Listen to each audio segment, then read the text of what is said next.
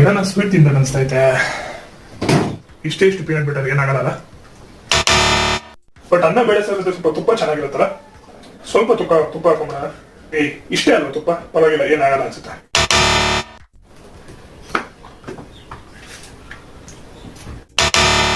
So ನೋಡಿದ್ರ, ಇದೇ ತಪ್ಪು ಮಾಡೋದು ನಾವು.